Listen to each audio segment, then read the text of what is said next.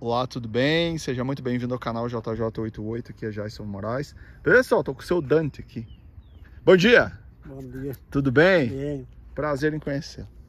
Escute, então o senhor tem uma plantação de pêssego. Aonde que é a localização aqui? Aqui é Arroio 30, arredores da sede de Arroio 30. Ah, arredores.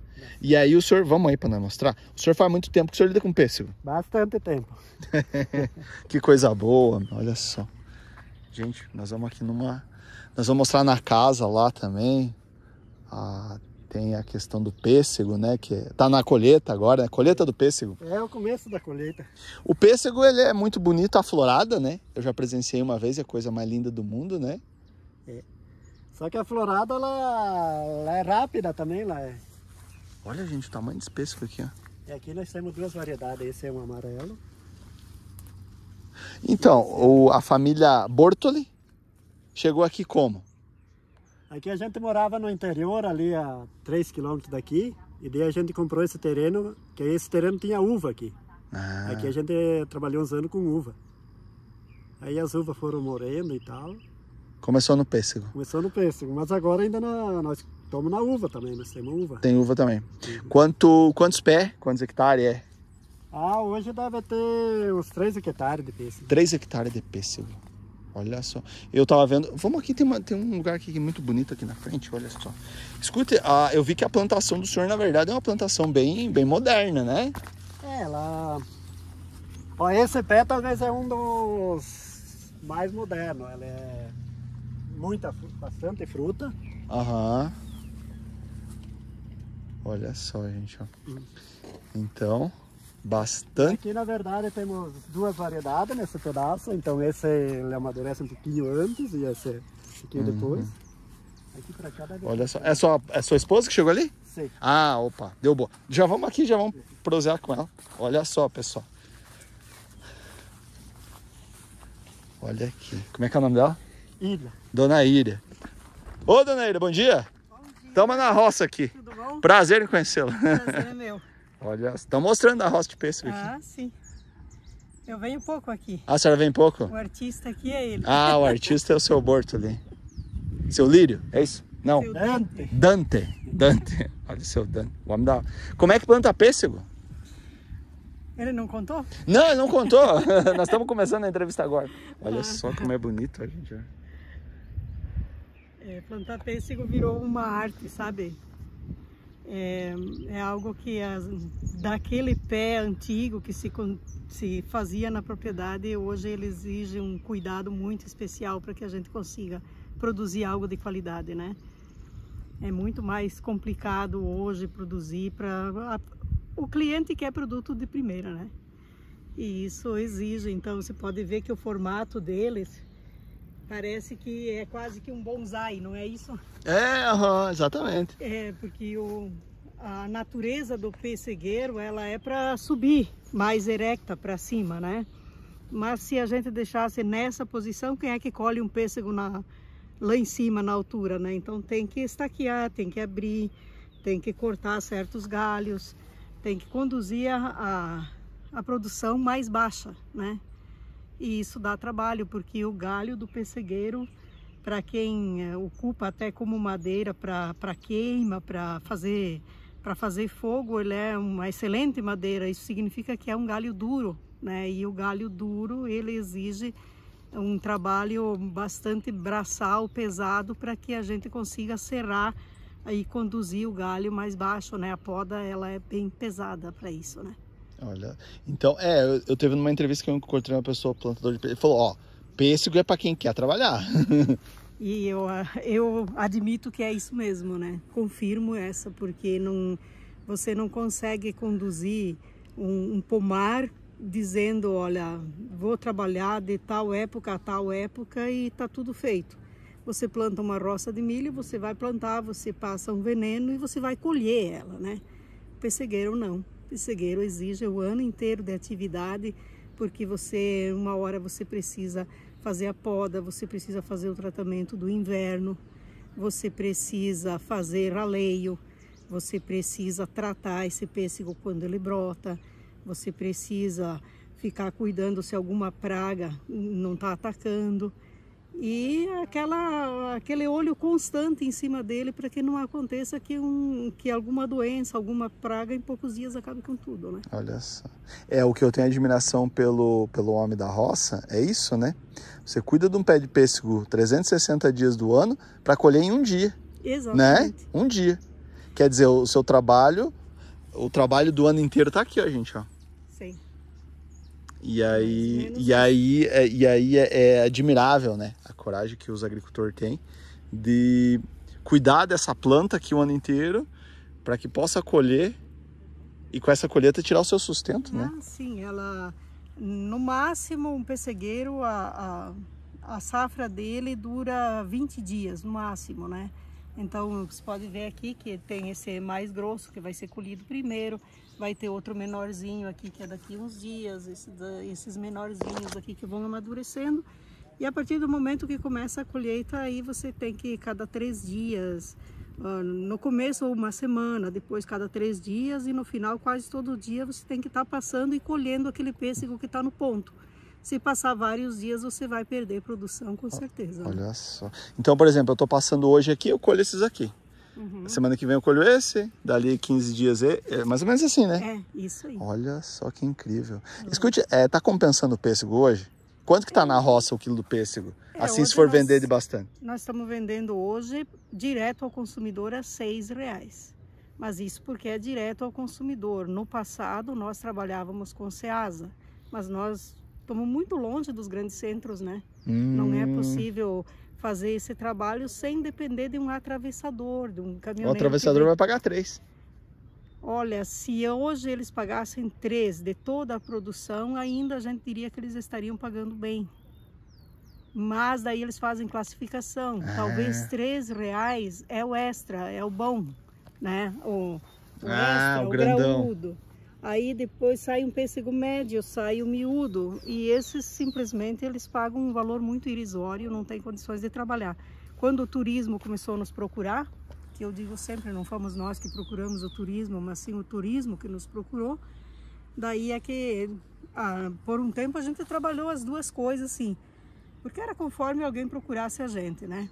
Mas devagar partimos para fazer algo diferente, ao invés de uma grande área, de uma variedade só, que dava para carregar um caminhão, nós passamos a investir em pequenas áreas e explorando todas as variedades possíveis, do mais precoce até o mais tardio, para que a gente tivesse aqui na propriedade à disposição do pêssego o maior tempo possível. Então hoje a gente consegue, numa safra normal, esse ano não é parâmetro porque a geada nos prejudicou bastante, nós conseguimos manter 3 meses a produção aqui na propriedade. 3 meses de colheita do pêssego. 3 meses de colheita, que vai do começo de outubro a final de dezembro, dependendo do clima e tal, talvez alguma coisa dentro do mês de janeiro, né?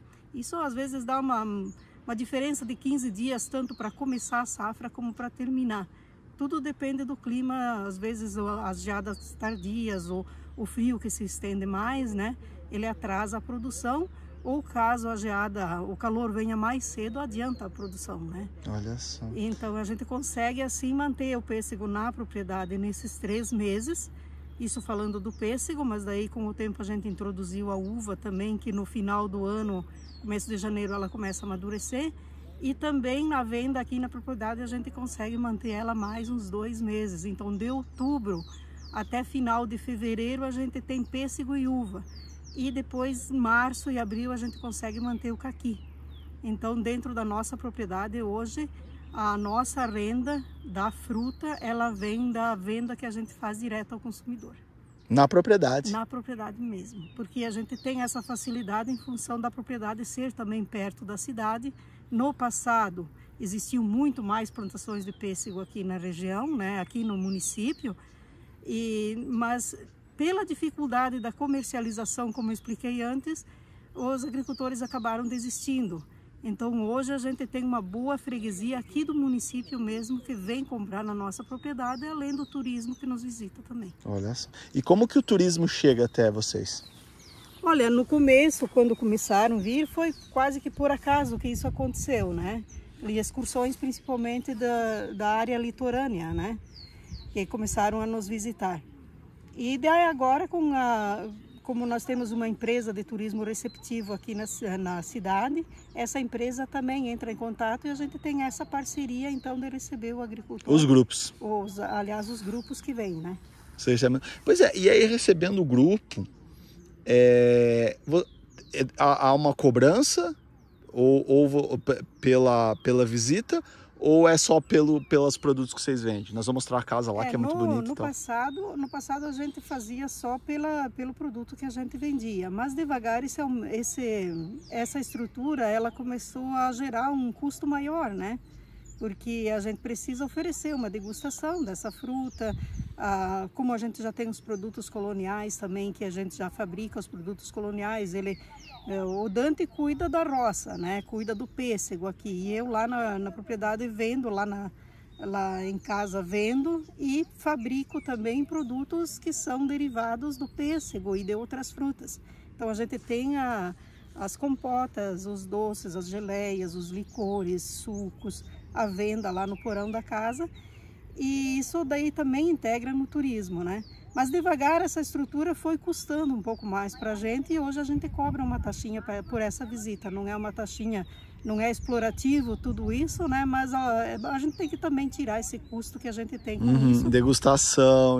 Degustação é a própria mão de obra, porque por mais que a gente, no caso, fiquem aqui algumas horas com a gente, mas tem um custo todo de mão de obra para organizar a propriedade para esse fim, para atender e assim por diante, que dependendo do tamanho do grupo, a gente se obriga a contratar pessoas para ajudar nessa hora que o grupo chega, né? Vocês às vezes atendem um café, uma coisa nesse sentido, ou não? Às vezes a gente faz o merendim. Merendim? Que o merendim é um lanche à italiana, né? O merendim era aquilo que os agricultores... Com licença. Pode falar. Que os agricultores levavam para a roça. Merendim. Né? O merendim é o lanche. Um lanche. Que coisa boa. Merendim é o nome típico do dialeto italiano, né? Que a gente dá para esse lanche que levavam para a roça. Então a gente oferece lá a polenta, o queijo, o salame, um bolinho de pão e a fruta em calda, que é uma marca registrada aqui da propriedade, uma sobremesa de pêssego que toda a excursão que chega aqui come de sobremesa uma fruta em calda, né? Um pêssego em calda. Olha só. Nossa, eu tô muito assim... como é que eu vou dizer? Entusiasmado com tudo isso, porque é o seguinte, porque aí a gente entende o contexto. Tem a fruta, né? Que a ideia é ter de outubro a fevereiro, né? Daqui a pouco, com a uva. Sim, e tal. Incluindo todo o tempo, né? E daqui a pouco, tem a florada do pêssego, que é as fotos mais lindas do mundo, né? Sim, né? Essas acontecem lá de junho a agosto. Isso tudo depende da semana que ela tiver mais florida e tal, mas dá para explorar a florada do pêssego também. Florada do pêssego. Pois é, e aí quando não tem o fruto, vocês recebem os grupos, mesma coisa. O merendim, para visitar o pomar e tal. E a venda dos produtos coloniais que a gente faz lá, a gente pode receber também. Entendi. O povo prefere mais essa época, né? A época mais saborosa para a visita, faz a visita do pomar, a visita lá em casa. Mas, havendo interesse, a gente recebe em outras épocas também. Beleza. Como é que é o nome da propriedade? É Sítio de Bortoli. Sítio de Bortoli. Tá na rede social. Sim. Quem procura, @Sítio de Bortoli. E tem aqui uma mulher. Onde é que tá ela? Vem cá. Ela é guia turística aqui em Arroio 30. Ela recebe grupos, né? Passa o contato aí, como é que é seu nome? Se apresenta para nós. Sim, meu nome é Karine, então nós somos da empresa Benvenuti. A gente tem a parceria aqui com o Sítio de Bortoli e a gente faz então o atendimento do turista, né? A gente capta eles para virem aqui conhecer essas maravilhas de pêssego que tem aqui nessa propriedade. Convidamos vocês, @benvenuti.a30. E você? Karine. Karine, ó, pessoal, fala com a Karine e aí ela vai direcionar, porque tem muito mais coisa em Arroio 30, né? Muito. Tem muito, nesse caso aqui é o pêssego que nós estamos mostrando. Vamos lá na propriedade agora mostrar lá a casa, que é uma casa muito bonita, o porão, né? E eu gostei muito dessa ideia do merendim. Isso pra mim é uma palavra nova, merendim. Isso é único, é aqui só. É só aqui? É só aqui, o merendim é servido aqui. Só em Arroio 30. Só em Arroio 30. Beleza, então vamos lá, vamos descendo aqui. Vamos no carro aqui, ó. Não vamos parar de gravar, vamos prosseando aqui com a senhora. Então tá. Carro ali? A senhora tá de carro? Eu tô de carro. Não, mas eu queria que a senhora fosse comigo pra nós ir prosseando. A Karine vai com o meu carro. Isso, fechou. Aí eu vou com a senhora. Nós vamos aqui e vamos prosando porque a prosa é boa. Ah, então tá bom. Escute como é que a família chegou. Então, a família Bortoli é do seu marido. Sim. E a sua família? Eu sou Giacomin. Giacomin. Italiano também? Sim. Italianos, nós somos tanto os de Bortoli como os Giacomin, são da Serra Gaúcha. Aqui no município de Arroio 30, nós temos duas gerações de italianos, digamos assim, né? Que são os descendentes da Serra Gaúcha e do sul do estado de Santa Catarina, na região de Uruçanga, Treviso, essa região ali. Nós temos duas descendências de italianos de duas regiões da Itália, que lá, no caso nós aqui, os da Serra Gaúcha são mais relativos ao Vêneto e do sul do estado são de Bérgamo. E isso nos dá também São duas famílias italianas que se encontraram aqui. Mas que bonito. Assim, no caso, os descendentes do Vêneto, da região da Itália, falam o dialeto vêneto, e os da região do sul do estado falam o bergamasco. É dialeto diferente. São dialetos diferentes. Como me disse um dia um visitante italiano que chegou aqui na propriedade, diz: "Il bergamasco é più fatica di capire che il tedesco." Ou seja, o bergamasco é mais difícil de ser entendido do que o alemão. Capaz! É uma região diferente da Itália, né? Com uma forte influência da França e tal, né? Mas existe o dialeto bergamasco aqui, pessoas que ainda falam o bergamasco. E o dialeto vêneto, esse é mais estendido, mais pessoas que falam, né? Olha só. Vamos aqui no carro e aí você vai me contando as histórias. A chave tá aí? Atividades do inverno, né? No inverno, o Dante fabrica melado e cachaça. E nesse barracãozinho aqui é que ele retira o mosto da cana para esse trabalho. Cozinha o melado aqui e a cachaça ele faz lá em casa. Então,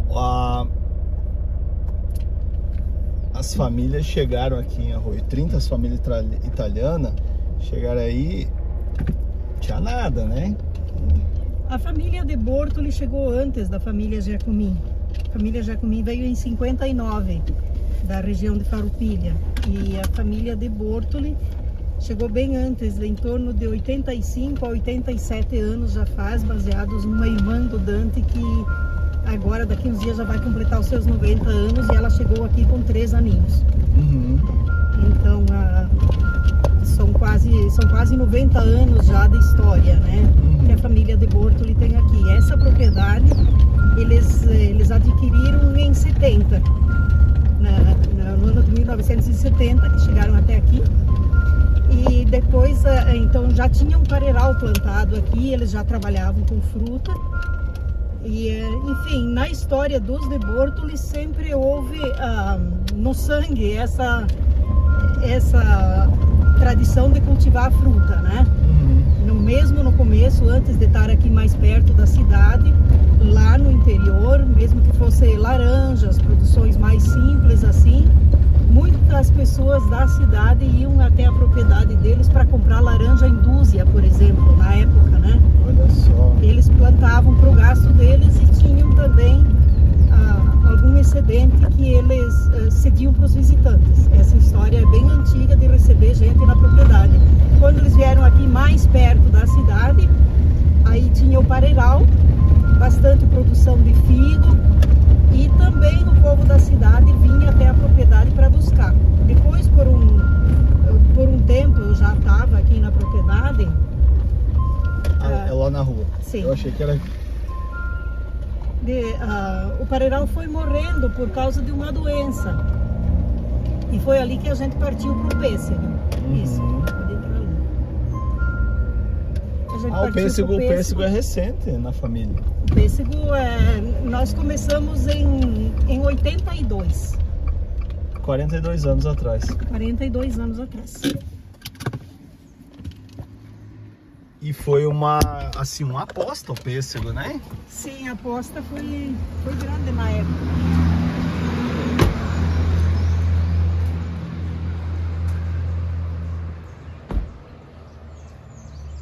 Deu certo o pêssego?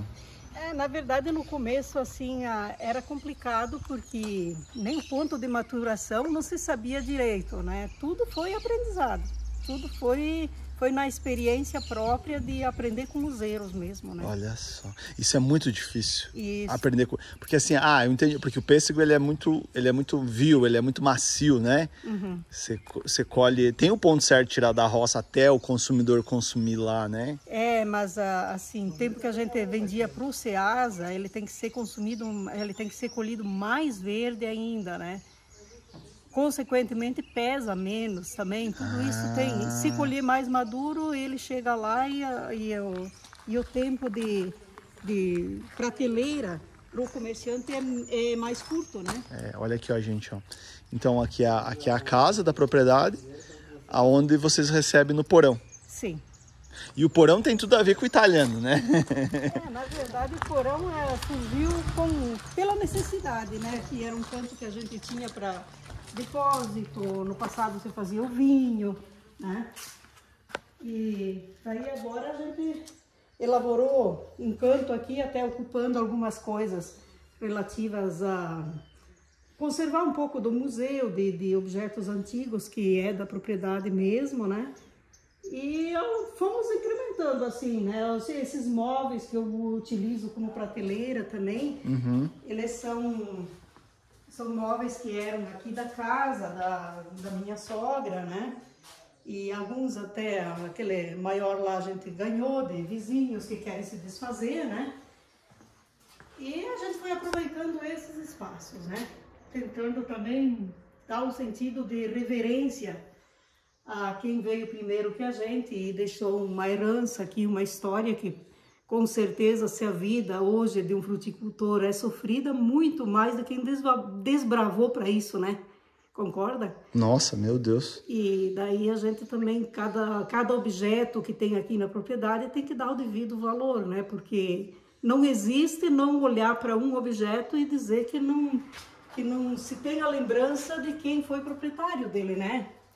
Por exemplo, esse ferro de passar roupa foi da minha sogra e ela ganhou de presente de casamento da madrinha dela de batizado. Olha só. E ela sempre teve um carinho especial, né? Então a gente faz uma reverência a esse tipo de objeto, lembrando da pessoa que sempre, cuidou sabe desse que eu, objeto, né? Sabe o que eu escutei? Que eu segurei. As italianas têm um braço forte por causa desse. Ele pesa, né? Ele é pesado, né? Olha. Na casa da minha mãe tinha já um pouco mais moderno, que não tinha esse cano aqui e tal, né?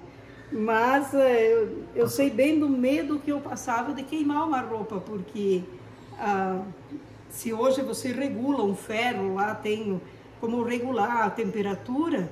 Aqui a regulagem da temperatura era o olhômetro mesmo, né? Quanta brasa você colocava aqui dentro, quanto ela era avivada, dependendo de tudo isso, era o calor do ferro e você podia queimar também uma roupa com muita facilidade. Olha só. Né? E aí a roupa, você ter uma roupa era um recurso escasso, né? O homem da roça tinha a roupa de trabalho e a roupa de passear, a roupa da missa. Exatamente, né? A roupa da missa, quando surgiram os primeiros sintéticos, né? Nossa, se queimava muito fácil. Isso queimava muito mais fácil do que o algodão, digamos assim, né?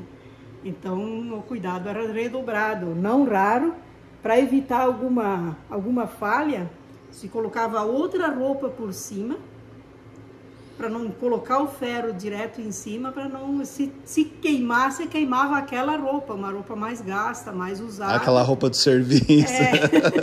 Para que a outra ficasse mais preservada, né? Olha só. E outra coisa que a minha sogra fazia, né? Costurava toda a roupa da casa para os filhos, tudo com a maquininha à mão. E as habilidades dela também, ela era muito procurada porque ela costurava alguns terninhos para a primeira comunhão. Então as crianças da vizinhança, quando tinham essa ocasião especial, as mães vinham procurar ela para que ela confeccionasse a roupa para aquele dia especial também. Era essa maquininha aí que ela sempre usou. Olha só. E era uma vida sofrida antigamente, né? Os que vieram antes, né, os desbravadores, foram pessoas assim de uma coragem incrível, né? Eu faço muito essa comparação. Eu tenho um programa de rádio lá uma vez por mês, né? No dialeto italiano que eu faço, né?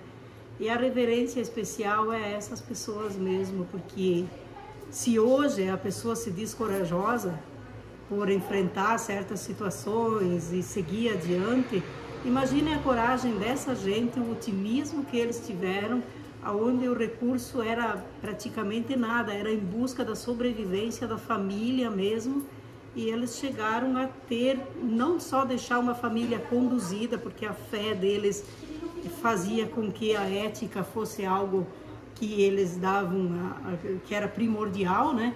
Mas eles davam também esse sentido ali de não só produzir para si, para a família, o sustento, mas de deixar algo para futuramente os filhos terem uma vida mais digna.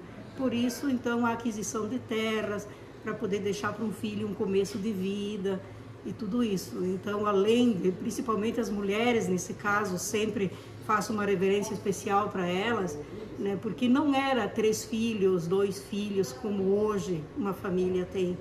Eu sou a 13ª de uma família de 14 irmãos. Então era sustentar 14 numa labuta de colher, de plantar e colher, que também se produzia muito pouco porque a tecnologia não existia. Era lavar para 14, era fazer a comida para 14, era produzir o pão para 14, era cuidar de doente, era dar conta da propriedade e de se garantir no alimento para a família toda. Olha isso era só. muita atividade. E eu acho mais incrível de tudo isso, eles não se preocupavam com a educação. A senhora falou que preocupava em comer, né? Isso. Se preocupava em rezar e tal. E não se preocupava na educação. Mas as pessoas de antigamente eram muito mais educadas e seguiam mais no caminho certo do que as pessoas de hoje. Só né? eram os valores. Os valores passados de pai para filho, né? A ética em primeiro lugar. A palavra ética é um conjunto de valores que norteia a conduta do indivíduo na sociedade. E ele aprendia na prática com o pai. Ele via o pai e a mãe fazer, né? Ele via. Exatamente. E ele seguia aquele exemplo. E assim, eu vejo que no passado, né, em função da condução, o que eles tinham para ajudar? A Igreja Católica. Foi fundamental. Foi fundamental para isso, e o Exército. Meu pai, por exemplo, tanto o meu pai como o pai do Dante, eles serviram o Exército. E o meu pai tinha...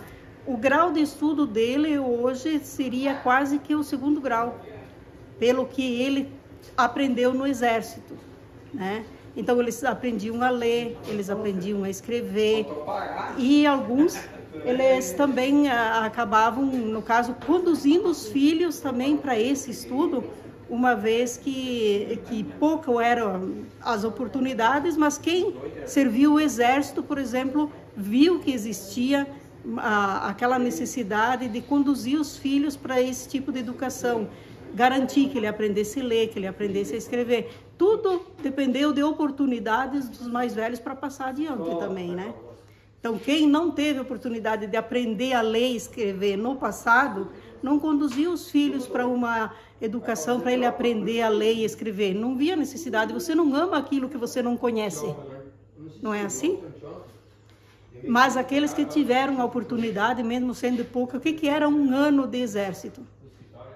Fazia diferença na vida de uma pessoa, né? Fazia a diferença da vida dele e fez a diferença da família inteira. Aí eles valorizaram construir uma escola, fazer com que essas pessoas fossem para a escola, as crianças frequentassem a escola na época, né? Isso tudo veio porque eles foram garimpando conhecimentos aqui e ali e transferindo, né? Muito bem. Escute, e uma questão que eu vejo muito no italiano é a união de família. Né? Sim, as comunidades surgiram em função disso, né? É muito louco isso. Que como o italiano ele é unido, os irmãos são unidos, a família é uma só, sabe? Exatamente, nessa questão da união eu vejo que até hoje existem famílias que preservam fazer encontros de famílias hoje para reunir novamente a família. Mas a família se dispersou muito, os meios sociais ajudaram a fazer com que as famílias hoje possam conversar de longe, então parece que não existe essa necessidade de se juntar. E os encontros de família, que uma vez eram sagrados, voltaram a acontecer pelo menos uma vez por ano, cada 2 anos. Hoje, muitas famílias, principalmente de quem é descendente de italiano, volta a se reunir. Mas no passado, a família só não era suficiente para eles. Eles se juntavam com todas as famílias. Comunidade. Então, aonde eles se instalavam, em primeiro lugar, um local para se encontrar para rezar, que isso era sagrado para eles, né? Que todos tivessem. A questão de bastante filhos fazia com que eles buscassem os compadres e as comadres na questão dos batizados, crisma, né? E a minha sogra tinha um ditado que eu sempre guardei: nunca se pegava de padrinho de uma criança alguém que fosse parente. Tinha que pegar alguém que não fosse parente para ficar parente também. Olha que bonito! Então, ela não concordava que fossem os irmãos, os padrinhos, os tios. Tinha que ser alguém de fora para ela. Para se aproximar. Para se aproximar. Outra coisa que ela tinha, que é uma virtude que eu gostaria que ficasse gravado aqui nesse vídeo, foi a profissão que ela teve. Profissão não. Vocação e doação. Isso que eu chamo. Que foi o trabalho de parteira. Ela desenvolveu essa atividade durante 40 anos. E como é que é o nome dela? Gema. Gema Paviani de Bortoli. Mais conhecida como Zelma. E os documentos diziam que o nome dela era Zema com Z. Então ela tinha 3 nomes. Mas assim, ela se dedicou muito aqui na comunidade de Arroio 30 e nos municípios vizinhos também. Porque quando ela chegou ali no meio do mato, né, mais de 80 anos atrás, e ela e uma cunhada, que no caso, essa cunhada que era irmã do marido dela, eles se instalaram lá no meio do mato, mas ninguém atendia a elas. Então uma atendeu a outra, né? Ali começou esse trabalho, pela necessidade. Devagar foi chegando mais vizinhos e os vizinhos também precisavam, né? Ela começou numa profissão, uma vocação por necessidade. Por necessidade. E esse trabalho ali ela conduziu durante 40 anos até que começou a necessidade do pré-natal, a necessidade de uma gestante ser mais acompanhada, né? E começou então ali a necessidade também de que o parto fosse no hospital, até por exigência de alguns órgãos da saúde também. E também ela já beirava acima de 75 anos, né? Então ela foi parando de fazer esse trabalho. Mas ela tinha um ditado que ela dizia sempre em italiano. Não vou falar em italiano porque pouca gente entende, mas ela dizia: eu não sei quantos que eu atendi, mas de 1000 passa bastante. Como é que fala isso em italiano? Mi non so quanti che noto su, ma più di 1000 e passa bem. Famiglie de 14 ou 15, ho cataçu del primo all'ultimo. Muito bem. Para nós terminar, qual é um conselho, uma palavra de vida que a senhora deixa para as pessoas? Que nunca esqueçam de dar reverência ao passado. O passado te conduz ao futuro. Quando a gente tem reverência por aqueles que vieram antes de nós, com certeza você vai passar uma mensagem para os teus filhos seguirem adiante na ética, na conduta que façam essa sociedade se manter dentro dos valores. Muito bem. Parabéns, viu? Deus abençoe. Obrigada. Um abraço. Mas eu gostaria que você conversasse com o Dante também. Não, mas o Dante... Já foi conversar. Olha só, tá aqui o Dante. Ô Dante, parabéns, tá? Deus abençoe o senhor. Um grande abraço. Eu só quero fazer uma foto aqui na frente com vocês, com a caixa, tá? Com as frutas, e eu vou terminar. Pessoal, olha só, vou mostrar a casa aqui na frente. Pessoal, aqui lembrando que é Arroio 30, Santa Catarina. Olha só. Olha que bonita que é essa casa. Aqui tem umas flores. Olha ali, ó. Pessoal, deixa o like nesse vídeo, compartilhe, se inscreva no canal, vem com a gente que aqui é cheio de vídeo assim. Grande abraço e até a próxima. Obrigado, gente. Valeu.